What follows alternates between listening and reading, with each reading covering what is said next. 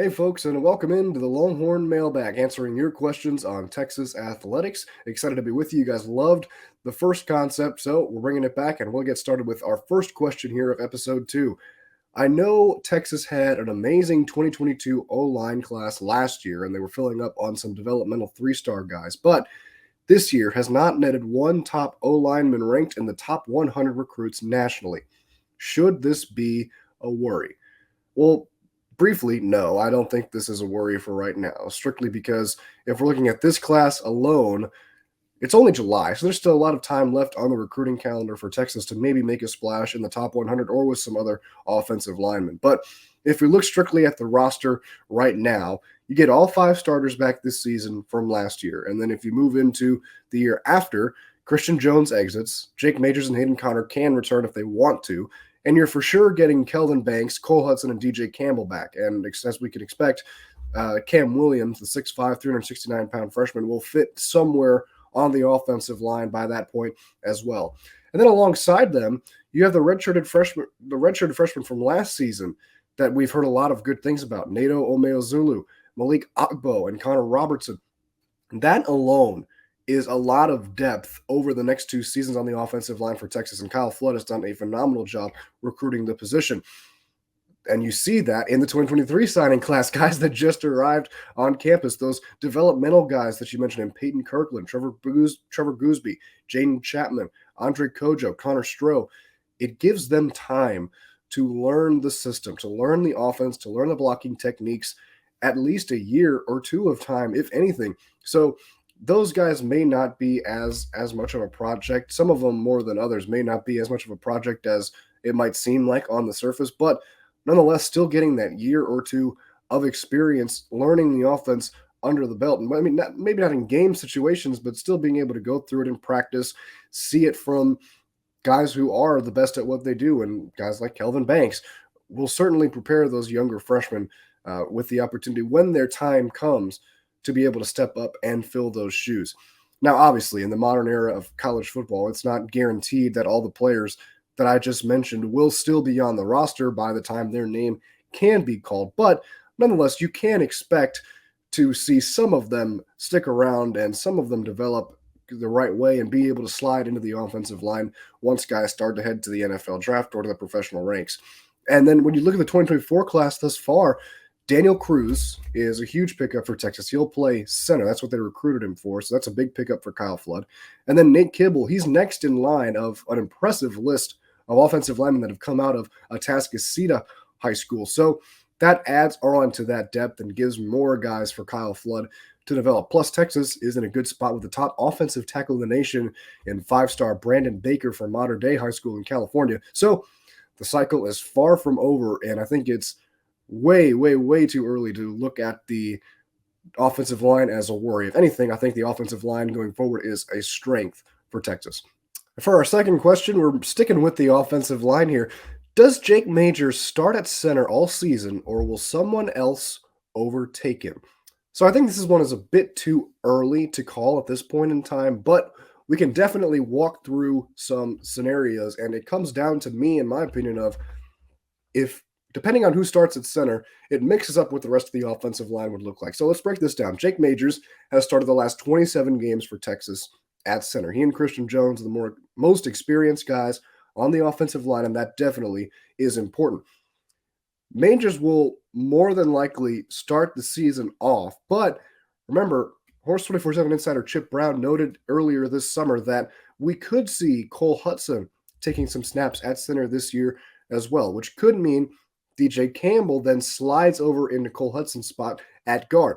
And that's what I mentioned earlier in the sense of we could see the offensive line being mixed up depending on who starts at center. DJ Campbell has already played that guard position when Hudson went out with the injury last season. Additionally, we've heard a lot of good things about redshirt freshman Connor Robertson from Austin Westlake High School. He also took snaps at center during the spring after an off-season wrist surgery. I think this comes down to which combination on the offensive line do Steve Sarkisian and Kyle Flood like the most? If Jake Majors isn't 100% the guy going into fall camp, because like I mentioned, this is a little bit early to call, but if we do have to have this conversation at some point in time, if someone has to overtake him, if it's Cole Hudson, if it's Connor Robertson, what does the rest of the offensive line look like? So would you rather have, these are two examples, Kelvin Banks, Hayden Connor, Jake Majors in the middle, then Cole Hudson and Christian Jones, or the combination of Kelvin Banks, Hayden Connor, Cole Hudson, DJ Campbell, and Christian Jones? Those are just two examples. Steve Sarkisian and Kyle Flood could throw out 5 different combinations in the offensive line and see which one they like most. But it all comes down to who is in the middle, because that will round out the rest of the offensive line and who plays where. So keep an eye on that. A little bit too early to answer right now, but certainly something that we'll look for in fall camp here in a couple of weeks. All right, talking some Texas recruiting now. Do you think this recruiting class ends in the top 10? Briefly, yes. At the time of this recording, Texas is the number 20 overall class in the country, according to 24/7 Sports, and it's only July, so there's still a lot of time left to go. Like I mentioned earlier when we were talking about the offensive line. In the past 2 cycles, Steve Sarkisian has secured the number 5 and number 3 classes, so I don't think this momentum is slowing down whatsoever. And to back up my argument, I went to our class calculator over on Horns 24/7, which is a phenomenal tool if you want to use it for Texas or any other schools you may support, and added each recruit that has a 100% crystal ball prediction to the Longhorns in the class. So for those wondering, that would be adding 5-star wide receiver Ryan Wingo, 5-star defensive back Kobe Black, and 4-star defensive back Wardell Mack. So with those 3 hypothetical additions, Texas would jump to the number 6 overall class in the country at the time of this recording. Now, obviously, those are all hypothetical additions, and the top 10 will fluctuate throughout the rest of the cycle. But I think Texas is in a good spot right now, and eventually they'll cement themselves into the top 10 to make it 3 straight top 10 classes for Steve Sarkisian.